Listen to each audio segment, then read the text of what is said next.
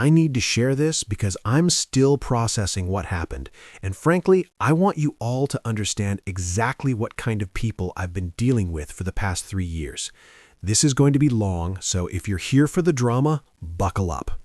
So, here's the thing. Nobody in my family knew, and I mean nobody. 5 years ago, when I was 21 and finishing up my last year of college, my grandfather passed away. He was my mom Cassandra's dad, and we'd always been close. I spent summers at his place, he taught me how to fix cars, we'd watch baseball games together, the whole deal. When he died, I was devastated. But I was also dealing with finals and trying to graduate, so I didn't have much time to process everything. About 2 weeks after the funeral, his lawyer contacted me directly. Apparently, my grandfather had updated his will a few years before he died, and he'd left his house to me. Not to my parents, not split between the family, just to me. The house where my parents had been living for the past 15 years. The lawyer explained that my grandfather had concerns about my parents' financial decisions and wanted to make sure the property stayed in the family long term. He'd seen them blow through money before and didn't trust them with a valuable asset. I was 21, barely graduated, and suddenly owned a 3-bedroom house in a decent neighborhood that was completely paid off. The lawyer walked me through everything: property taxes, insurance, maintenance, all of it. He also advised me, and I'm quoting here, that I should think very carefully about when and how I disclose this information to my family.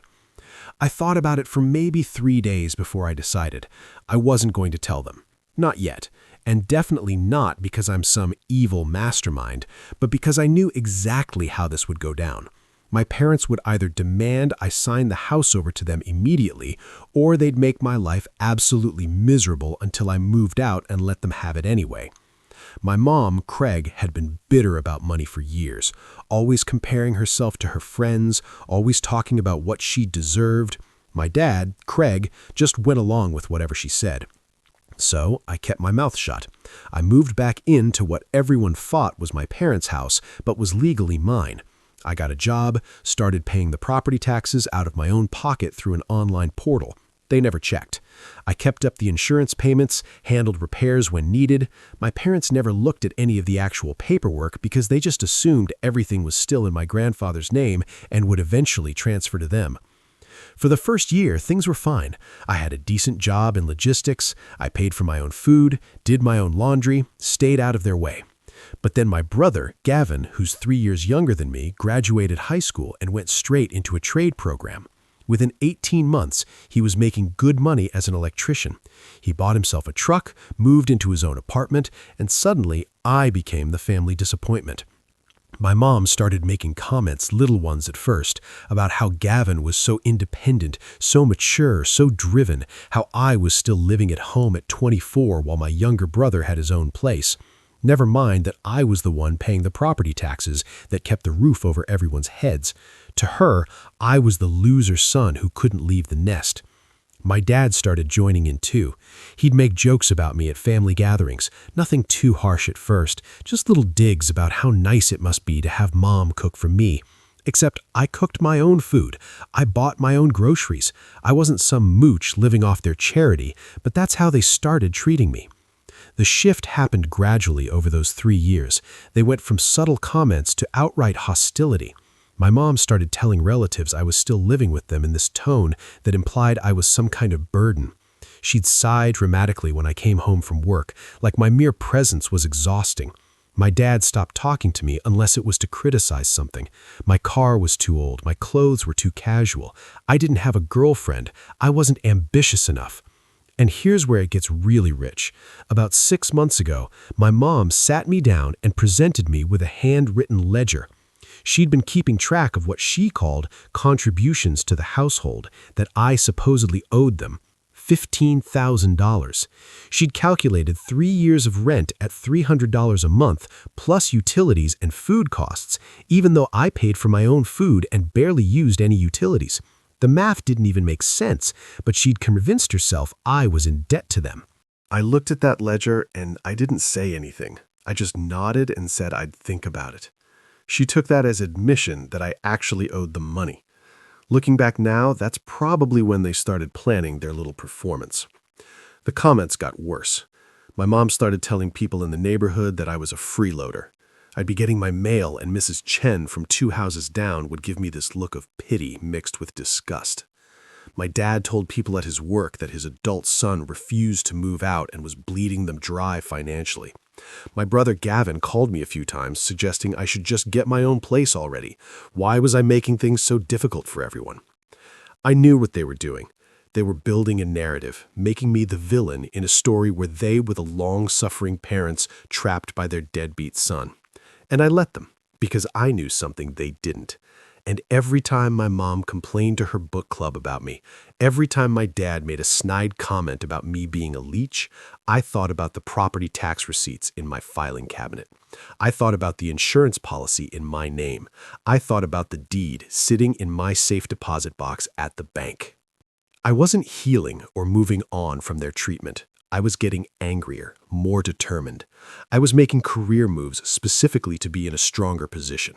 I got a promotion at work, started a small side business doing consulting work, built up my savings. I wasn't preparing to move out. I was preparing for them to find out the truth in the most devastating way possible. Last month, my mom told me they were thinking about selling the house and moving to Arizona. She said it so casually, like it was completely their decision to make. She wanted to know when I was planning to move out because they'd need the house empty to show to buyers. I just shrugged and said I'd start looking at apartments. That's when I think they decided to accelerate their timeline. They wanted me gone, and they wanted to humiliate me on the way out, make an example of me, show the whole neighborhood what happens to lazy, entitled kids who take advantage of their parents' generosity. So, here's what happened 3 days ago, and I want you to picture this scene because it's burned into my memory forever. I pulled up to the house after my shift at work. It was around 6 o'clock on a Thursday evening, and I saw all my stuff on the driveway, not neatly packed, scattered. My clothes thrown in piles, my gaming setup just dumped on the concrete, my books tossed everywhere like garbage. My mom was standing by the garage holding an actual bullhorn, one of those orange and white ones you see at sports events, and she was yelling into it, "Attention, everyone! We are finally kicking out our 26-year-old deadbeat son!" People were already gathering. It was dinner time in a suburban neighborhood. People were home. They came out of their houses. They stood on their lawns. Some of them had their phones out recording. My dad was going through my suitcases with a can of red spray paint, writing PATHETHC across them in huge letters, just destroying my stuff right there in front of everyone.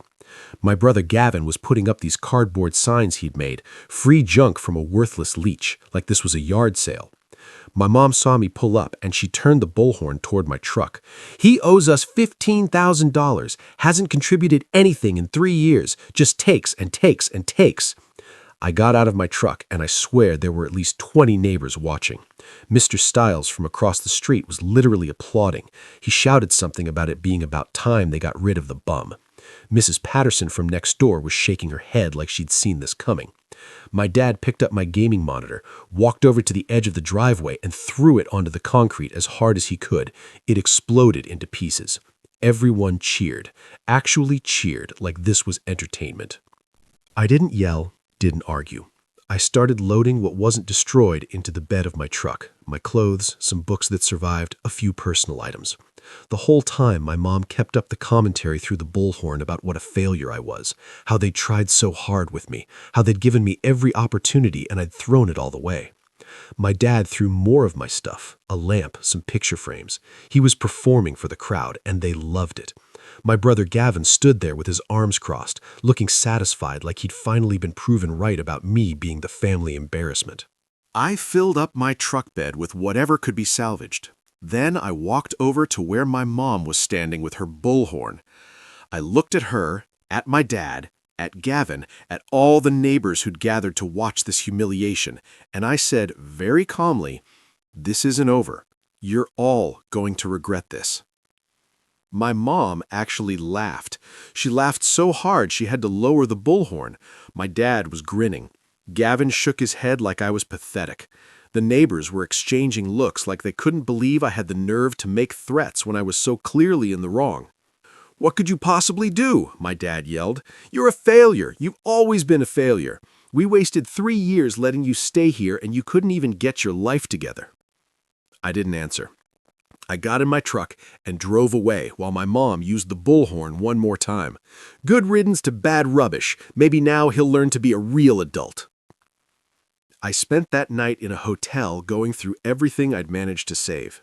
A lot of my stuff was destroyed, but the important things, my documents, my laptop, my financial records, those had been in my truck already because I'd been waiting for something like this.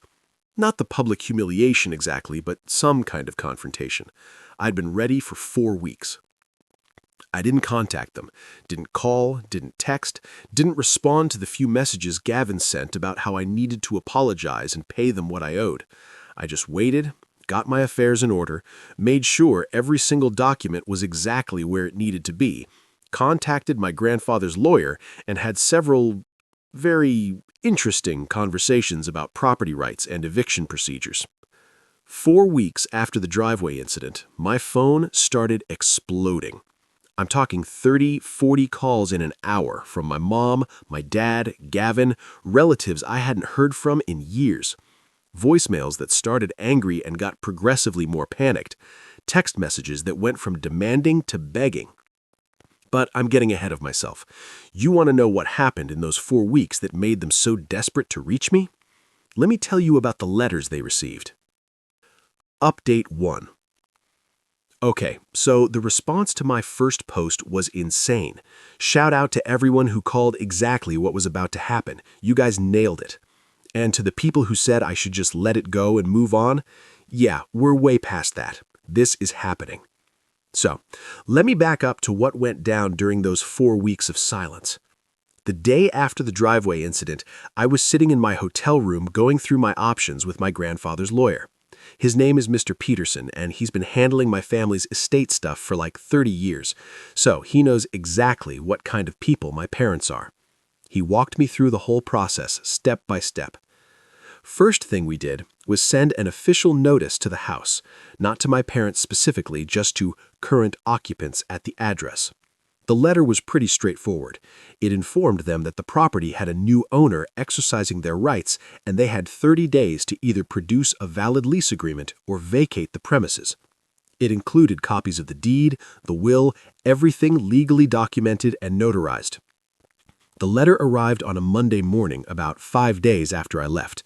I know because Mr. Peterson had it sent with tracking and signature confirmation. My mom signed for it, and according to what happened next, she completely lost it. But here's where it gets interesting, and why those 4 weeks were so important. See, I wasn't just waiting around, I was making phone calls, lots of phone calls. Because during those 3 years of living there, I'd heard things. My parents talked about their plans constantly, assuming I was too much of a disappointment to pay attention or matter.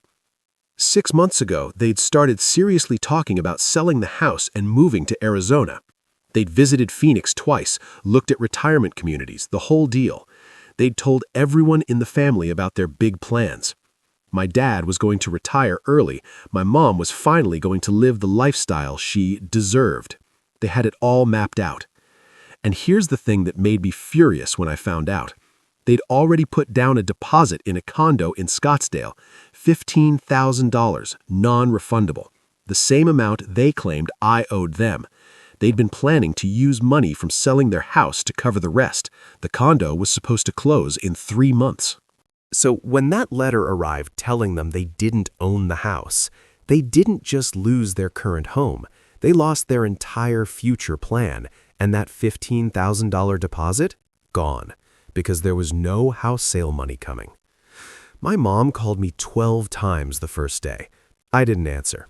She left voicemails that went from confused to angry to absolutely panicked. The first message was her saying, "There must be some mistake, some clerical error with the estate. Could I please call her so they could sort this out?" By the 6th message, she was yelling that this was ridiculous. Obviously, the house belonged to them. My grandfather would never have done something so cruel. My dad's messages were different. He started off trying to be reasonable, saying we should sit down and discuss this like adults. Surely there was some misunderstanding. But by his third call, he was telling me I was being vindictive and childish, that I was ruining the family over some grudge, that I needed to grow up and stop playing games. I deleted every single message without listening to them all the way through. I knew what they'd say. I'd spent 3 years listening to them tear me apart. Now it was my turn. Gavin called too, but his angle was different. He left me a message saying I was being absolutely insane, that Mom and Dad had worked their whole lives for that house, that I had no right to do this to them. He said I was destroying the family out of spite because I couldn't handle being the unsuccessful son. He actually said that, the unsuccessful son, like the house I owned was somehow proof that I was still the failure. Week 2 is when things got really messy. My parents hired a lawyer. Not a good one, apparently, because the guy called Mr. Peterson trying to argue that the will was invalid, that my grandfather wasn't of sound mind when he made the changes, that there was clearly undue influence involved. Mr. Peterson shut that down in about 10 minutes. The will was airtight. My grandfather had been evaluated by 2 different doctors before making the changes, specifically to prevent anyone from challenging his mental state. Their lawyer backed off immediately, but my parents didn't give up. They started calling other family members, trying to build some kind of case that I was a terrible person who was stealing their home. They called my mom's sister, Olivia, who I'd always gotten along with, and told her this whole sob story about how ungrateful and cruel I was being. They told her I was making them homeless, that I was throwing them out on the street with nothing. Olivia called me. She was the first family member I actually answered for because I knew she'd been lied to and deserved to know the truth. I told her everything. The driveway incident, the 3 years of abuse and humiliation, the bullhorn, the destroyed belongings, the neighbors watching them trash my stuff for entertainment. I told her about the ledger where my mom calculated that I owed them $15,000 for the privilege of living in my own house. There was this long silence on the phone. Then Olivia said she needed to think about this and hung up.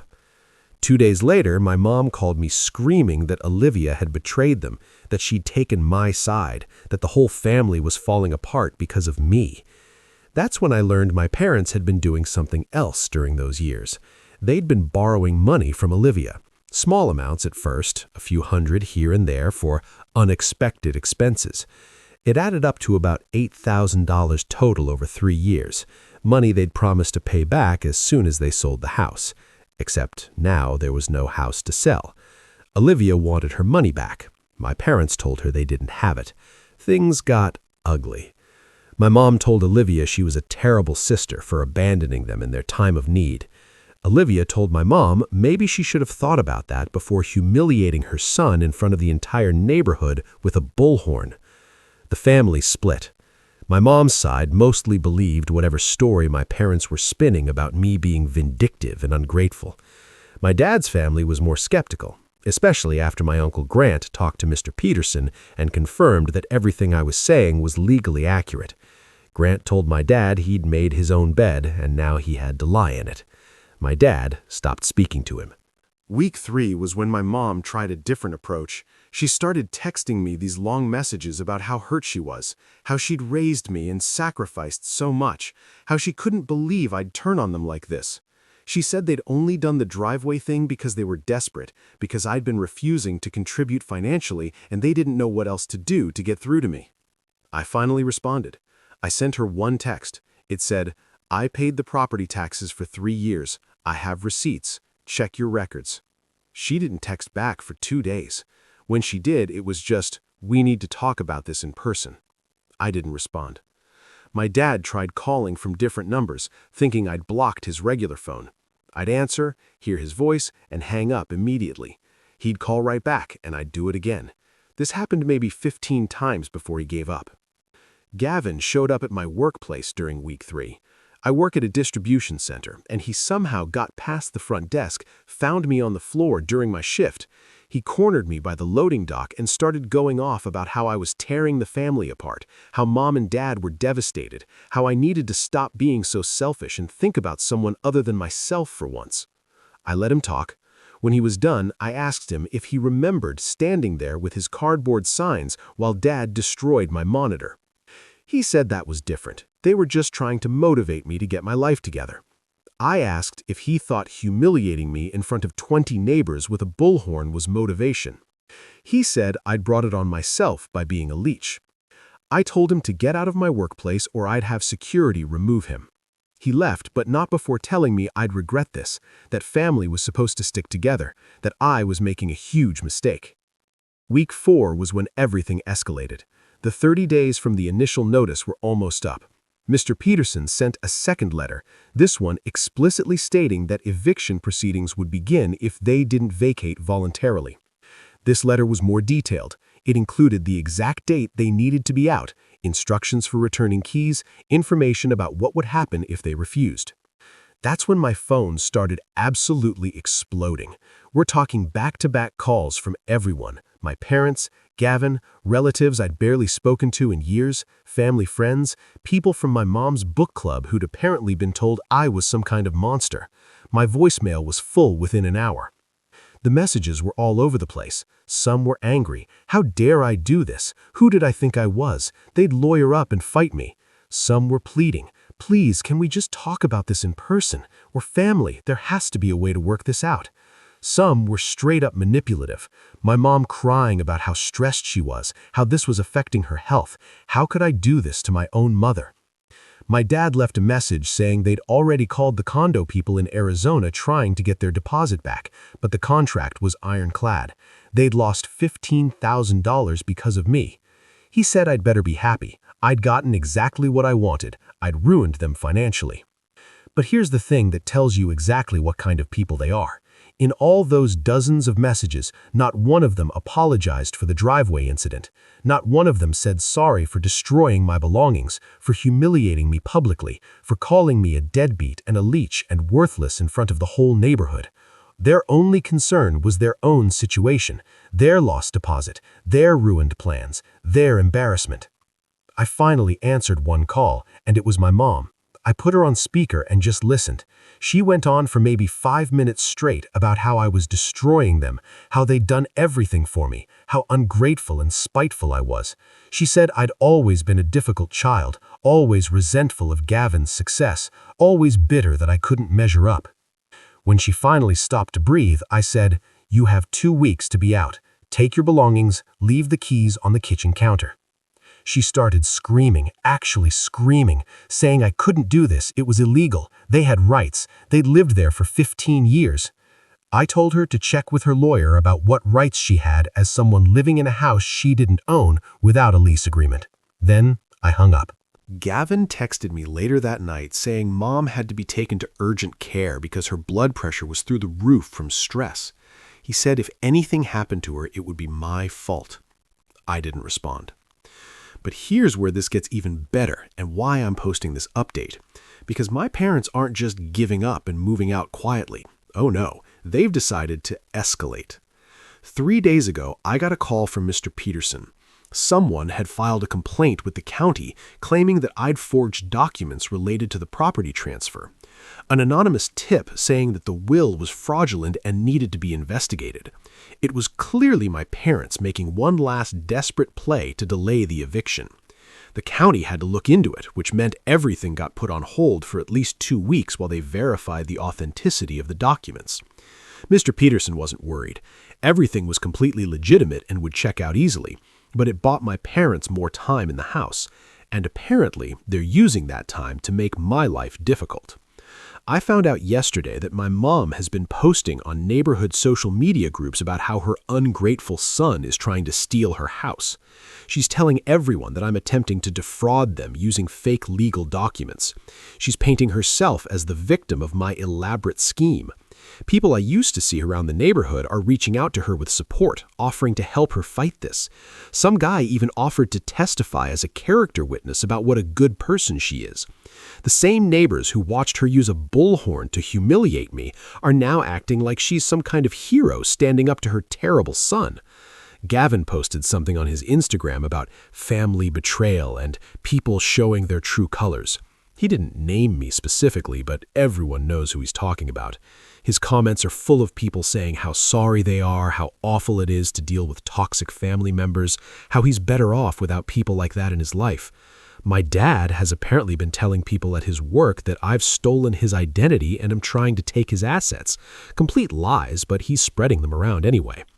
So yeah, they're not going down without a fight. They're throwing everything they can at me to either delay the inevitable or destroy my reputation so badly that I'll back down just to make it stop. But here's what they don't understand. I've been ready for this for 3 years. Every nasty comment, every public humiliation, every time they called me worthless or a failure or a leech, I was building up to this moment. I wanted them to fight back. I wanted them to show everyone exactly who they really are. Because now, I get to do something they're not expecting at all. Update 2.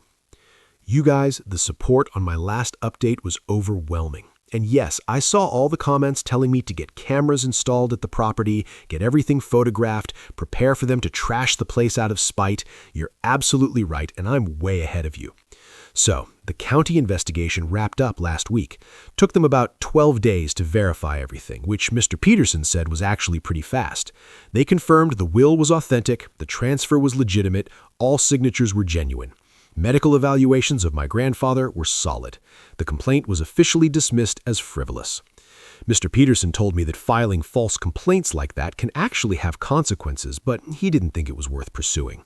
I disagreed. I told him to send a formal letter to my parents' lawyer stating that any further fraudulent filings would result in legal action against them personally. That letter went out on a Friday afternoon. By Saturday morning, my phone was ringing again. This time, it was my dad, and I actually answered because I wanted to hear what he'd say. He started off trying to sound reasonable. He said they'd been under a lot of stress, that they'd made some mistakes in how they handled things, that maybe everyone needed to take a step back and figure out a solution that worked for everyone. Notice he didn't apologize, didn't acknowledge the bullhorn incident, didn't mention destroying my belongings, just said they'd made some mistakes. I told him the solution was already clear. They had 1 week to vacate the property. He said that wasn't realistic. They needed time to find a place. They didn't have the money for a deposit on a new rental because of the Arizona situation. I reminded him that wasn't my problem. He said I was being unreasonable, that family should help family, that he knew I was angry, but this was going too far. I asked him if he thought using a bullhorn to call me a deadbeat in front of the entire neighborhood was going too far. There was silence. Then he said I needed to let that go, that they'd been frustrated and hadn't handled it well, but I was making everything worse by holding on to grudges. Holding on to grudges, like 3 years of abuse and public humiliation was just some petty disagreement I should get over. I told him he had 1 week. He said they weren't leaving, just flat out refused, said I'd have to physically remove them, and good luck with that because they knew their rights. Then he hung up on me. So that's where we were at. They were going to force a formal eviction, which meant sheriff's deputies and a court order and the whole process. Mr. Peterson said it would take another 3 to 4 weeks minimum. I told him to start the paperwork immediately. But here's where things got complicated in ways I wasn't fully prepared for. The formal eviction process requires certain steps, including a property inspection to assess the condition and verify occupancy. Mr. Peterson needed me to go to the house with him to do an initial walkthrough so we could file accurate paperwork with the court. I drove over there on a Tuesday morning, met Mr. Peterson in the driveway. My truck being there immediately brought my mom out of the house. She came out onto the front porch and just stood there with her arms crossed, staring at us. Mr. Peterson explained that we needed to conduct a brief inspection of the property as part of the legal proceedings. My mom said we weren't allowed inside. He explained that as the property owner, I had every right to inspect my own house. She said she'd call the police if we tried to enter. I pulled out my phone and called the non-emergency police line right there, explained the situation. I owned the property, had documentation, needed to inspect it. Current occupant was refusing entry. The dispatcher said they'd send an officer to mediate. We waited 20 minutes in the driveway. My dad came out and joined my mom on the porch. Neither of them said anything, just stared at us. Mr. Peterson was checking emails on his phone, completely unbothered. I stood there looking at the house I'd been paying taxes on for 5 years, the house they'd convinced the entire neighborhood they owned. The officer arrived and we explained everything. My dad tried to argue that they'd lived there for 15 years and had rights. The officer looked at the deed paperwork Mr. Peterson provided, looked at my driver's license, confirmed I was the legal owner, and told my parents they needed to allow the inspection or they'd be interfering with the legal process. My mom's face went red. She turned and went inside without a word. My dad stayed on the porch but moved aside. The officers said he'd wait outside to make sure there were no issues.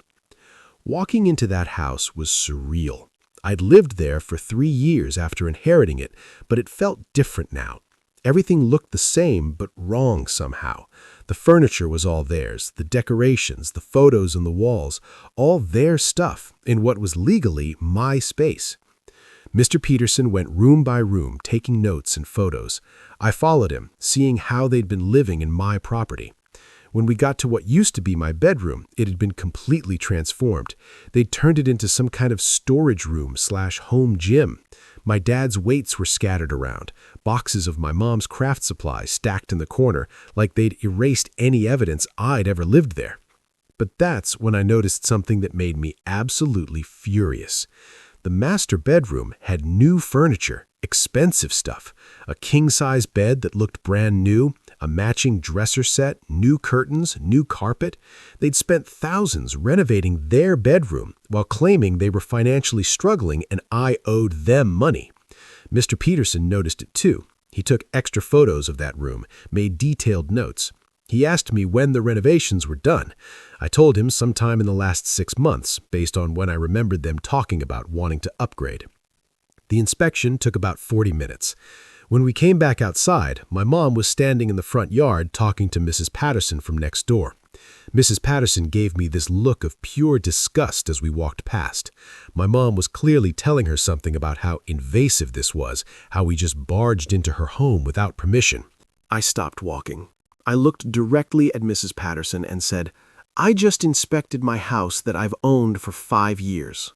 Mrs. Patterson looked confused. My mom jumped in, saying I was lying, that the house belonged to her and my dad. I asked her to show Mrs. Patterson the deed. She couldn't, obviously. Mrs. Patterson looked between us, not sure what to believe. Mr. Peterson stepped forward and handed her his business card.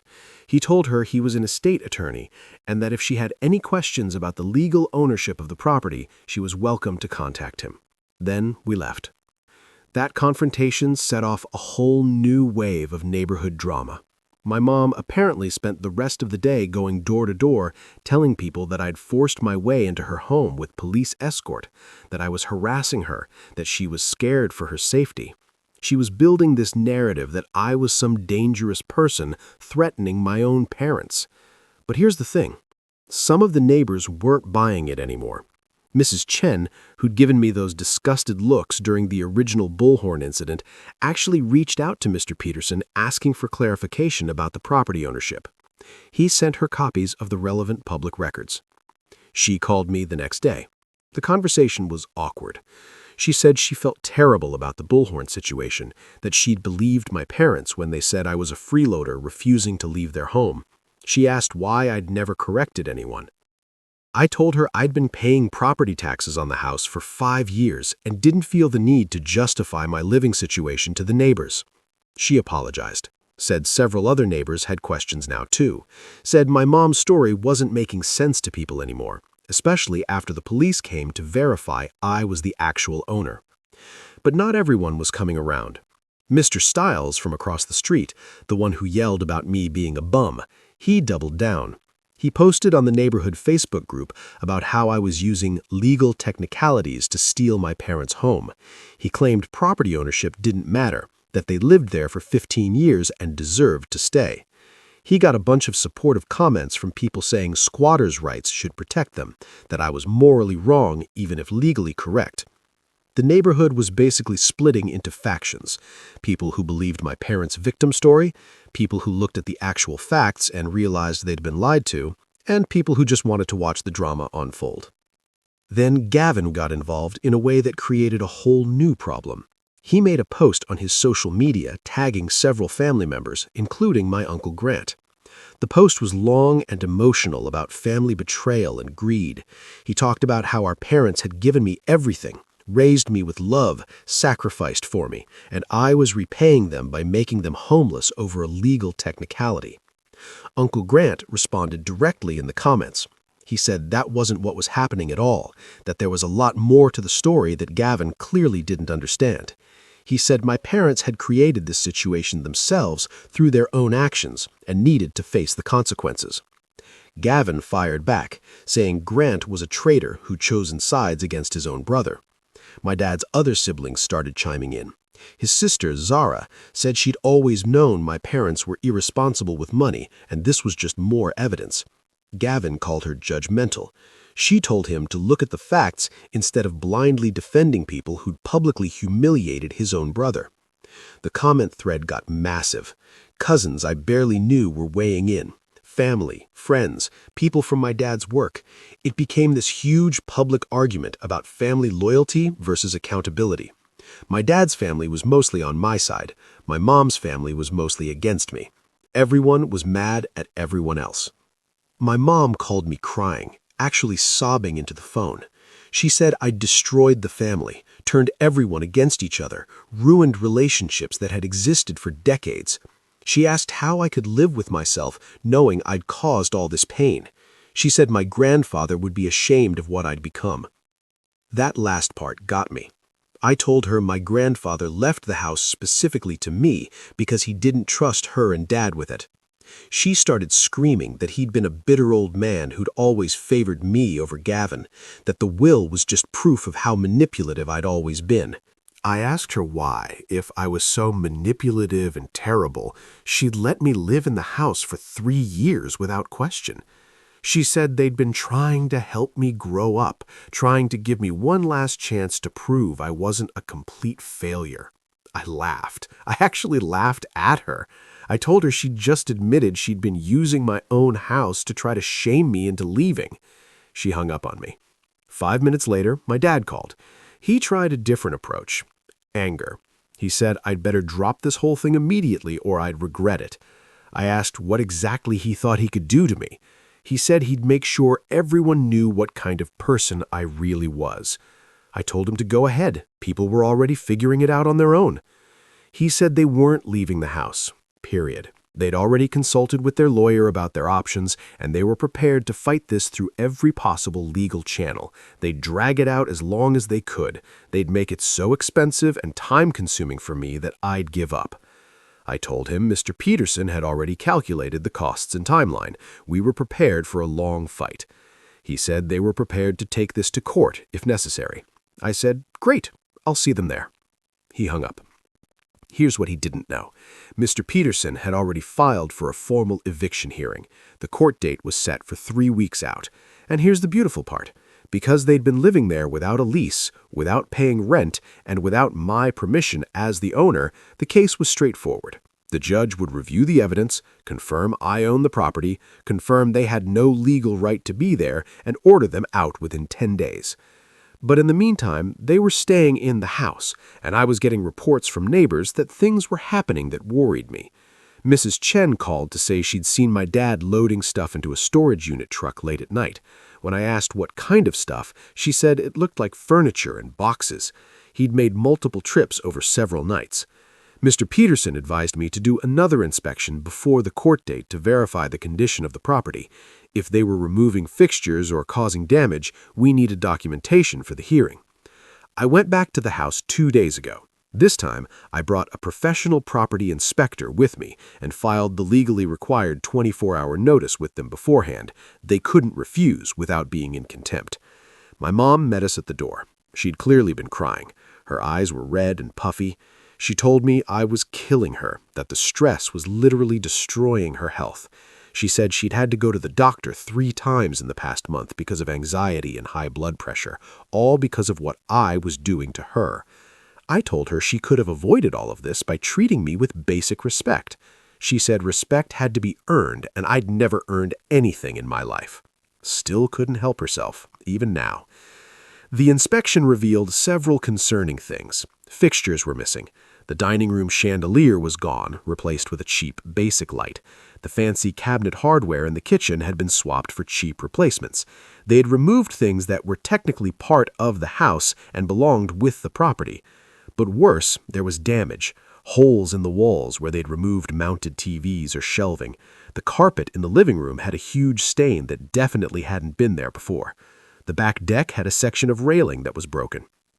Mr. Peterson took extensive photos. He noted everything. The property inspector wrote up an official report. We had evidence now that they were damaging and stripping assets from the property. When we finished, my dad was waiting in the driveway.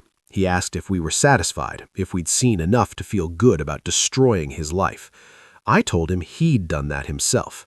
He stepped closer to me and said he had no idea what he was capable of, that he'd tried to be reasonable, but I'd pushed too far. Mr. Peterson stepped between us.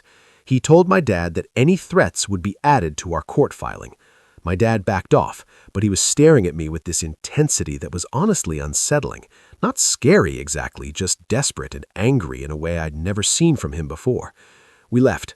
Mr. Peterson said the damage report would strengthen our case significantly. We could potentially pursue additional claims for the property damage and missing fixtures. But yesterday, everything escalated in a way I didn't see coming. Gavin showed up at my apartment. I have no idea how he got my address. I deliberately kept it private. He must have followed me from work or asked around or something. He banged on my door until I opened it. Then he pushed past me into the apartment and started going off about how I'd ruined everyone's lives. Mom was having actual health problems from stress. Dad couldn't sleep. They were going to lose everything because I was being vindictive. I told him to leave.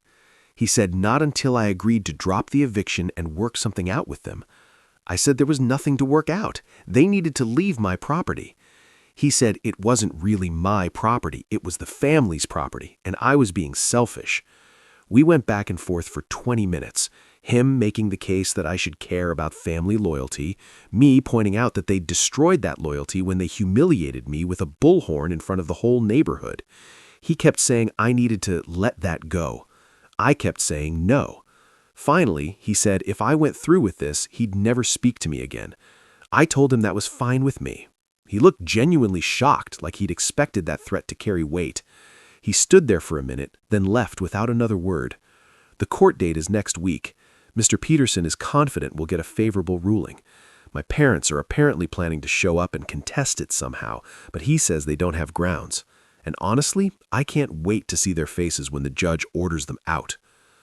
Final update. Holy crap, you guys. The comments on my last post gave me life. Shout out to everyone who predicted exactly what would happen in court. You were spot on. And to the few people still saying I should have shown mercy, yeah, no. Read on. The court hearing was last Wednesday. Mr. Peterson told me to dress professionally and not to engage with my parents no matter what they said. I wore a button-down shirt and slacks, showed up 30 minutes early. My parents arrived with their lawyer about 10 minutes before the hearing. My mom looked exhausted. My dad looked furious. We were in this small courtroom with maybe 15 seats, just us, the lawyers, and the judge. My mom kept staring at me like she was trying to make me feel guilty through sheer force of will. I looked straight ahead. The judge called the case. Mr. Peterson presented our evidence first. The deed, the will, my grandfather's medical evaluations proving competency, the property tax payment records in my name going back 5 years, the insurance documents, everything. He explained that the respondents, my parents, had been living in the property without a lease agreement and without the owner's permission. He showed the timeline, the initial notice, the fraudulent complaint they filed, the inspection reports showing property damage. Then their lawyer got to present, and honestly, it was painful to watch. The guy tried to argue that my parents had been living in the house for 15 years and established residency. Mr. Peterson countered that length of residence doesn't create ownership rights. Their lawyer said they'd made improvements to the property over the years and deserved compensation. Mr. Peterson pulled out photos showing they'd actually damaged the property and removed fixtures. Their lawyer tried to argue that there was a verbal agreement between my grandfather and my parents that they could live there indefinitely. The judge asked if there was any documentation of this agreement. There was none. The judge asked if my grandfather had ever expressed this intention to anyone else in writing. He hadn't. The argument fell apart immediately. Then the judge asked my parents directly if they had any legitimate legal claim to the property. My dad started going off about how they'd raised me, how they'd sacrificed everything, how I was doing this out of spite. The judge cut him off. He asked again, did they have legal ownership or a lease agreement? My dad admitted they didn't, but said it wasn't fair. The judge said fairness wasn't the issue here, property rights were. He ruled in my favor immediately, gave them 10 days to vacate the premises completely, said if they weren't out by then, the sheriff would remove them and their belongings. My mom started crying in the courtroom. My dad was arguing with their lawyers saying there had to be something else they could do. The judge told them the ruling was final and they needed to comply. We left the courtroom. My parents followed us out into the hallway. My dad got right in my face asking if I was happy now, if this was what I wanted. I told him, yes, actually, this is exactly what I wanted. He called me vindictive and cruel. I reminded him he'd thrown my monitor off the driveway and destroyed my belongings with a can of red spray paint while neighbors cheered. My mom jumped in, saying they'd only done that because they were desperate, because I'd pushed them to their breaking point. I asked her if using a bullhorn to call me a deadbeat was being pushed to a breaking point. She said I'd been living in their house rent-free. I corrected her, my house that I'd been paying taxes on. She started crying harder. Their lawyer pulled them away, telling them not to engage with me. Mr. Peterson and I left. He said the 10-day clock started immediately and we should prepare for them to potentially cause more damage before leaving. He was right to be concerned. Over the next week, I got multiple reports from neighbors about activity at the house. Mrs. Chen called to say she'd seen them loading a moving truck in the middle of the night. When I asked what they were loading, she said it looked like appliances, the refrigerator, the washer and dryer, stuff that should have stayed with the house. Mr. Peterson filed an emergency motion with the court about asset removal. The judge issued an order prohibiting them from taking any fixtures or built-in appliances. We had to serve them with that order through the sheriff's office. When the deputies showed up at the house, my dad refused to accept the papers at first. The deputy told him he could accept them voluntarily or they'd be considered served anyway. My dad took them, but they weren't done trying to make this difficult.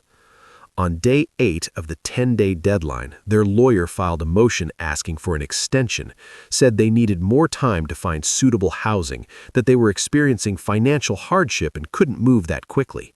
The judge denied it within 2 hours, no extension. Day 9, my mom started posting on social media about how she was being made homeless by her own son. She shared photos of moving boxes with captions about how this was the hardest thing she'd ever gone through. She posted old photos of me as a kid with messages about how she never imagined her child would grow up to hurt her like this. Her friends were commenting with support and sympathy. My Uncle Grant commented on one saying she should tell people the whole truth. She deleted his comment and blocked him. Day 10 arrived. My parents were supposed to be completely moved out by 5 p.m. At 4:30 p.m., I drove over there with Mr. Peterson. Their cars were still in the driveway. Lights were on inside. They hadn't left. Mr. Peterson called the sheriff's office. They said they'd already been notified the deadline was today, and deputies were on standby. A sheriff's vehicle showed up 20 minutes later. 2 deputies got out, walked up to the front door, and knocked. My dad answered. The deputies explained that the court-ordered deadline had passed, and they were there to ensure compliance with the eviction order. My dad argued that they had until midnight technically. The deputies said no, the order specified 5 p.m. It was now past 5 p.m. They needed to leave immediately. My mom came to the door. She asked if they could at least finish packing the last few boxes. The deputies said they had 15 minutes to gather essential personal items and then they needed to vacate. Anything left behind would become the property owner's problem to deal with. I watched from my truck as they scrambled to grab final items and load them into their car. My mom was crying the entire time. My dad was slamming things around, clearly furious. The deputies stood there professionally, just making sure they actually left. After 15 minutes, the deputies told them time was up. My dad started arguing again. The deputies told him he could leave voluntarily or he could leave of handcuffs for trespassing on private property. He chose to leave voluntarily. They got in their car. My mom was still crying. My dad was staring straight ahead. They drove away without looking at me. The deputies handed me a document confirming the eviction had been completed successfully. Then they left. I walked into the house with Mr. Peterson, and the damage was worse than I'd expected. They'd stripped everything they could. All the light fixtures were gone except for bare bulbs.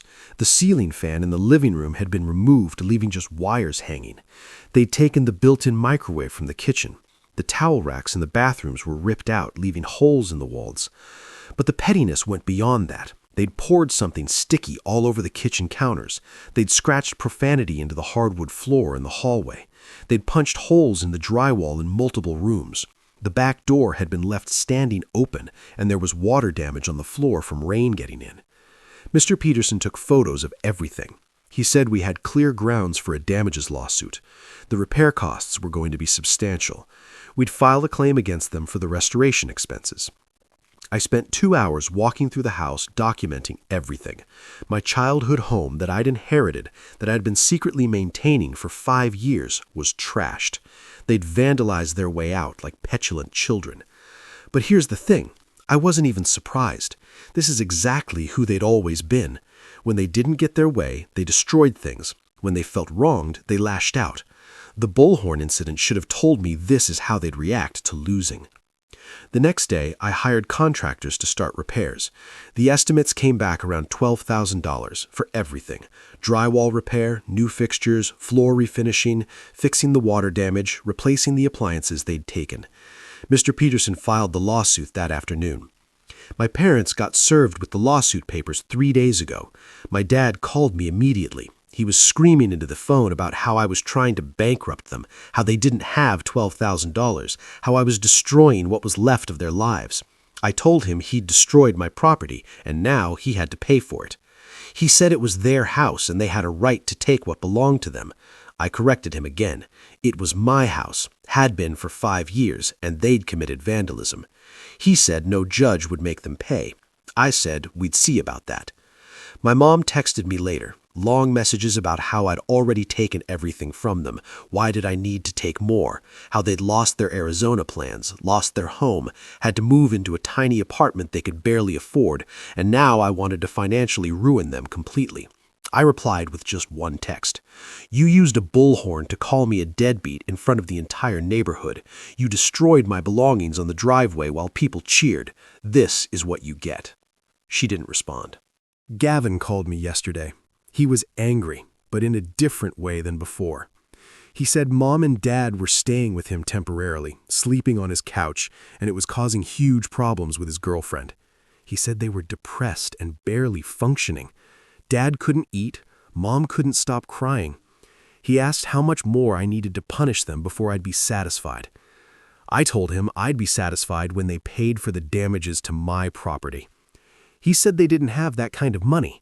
I said they should have thought about that before vandalizing a house. He asked what they were supposed to do. I told him that wasn't my problem to solve.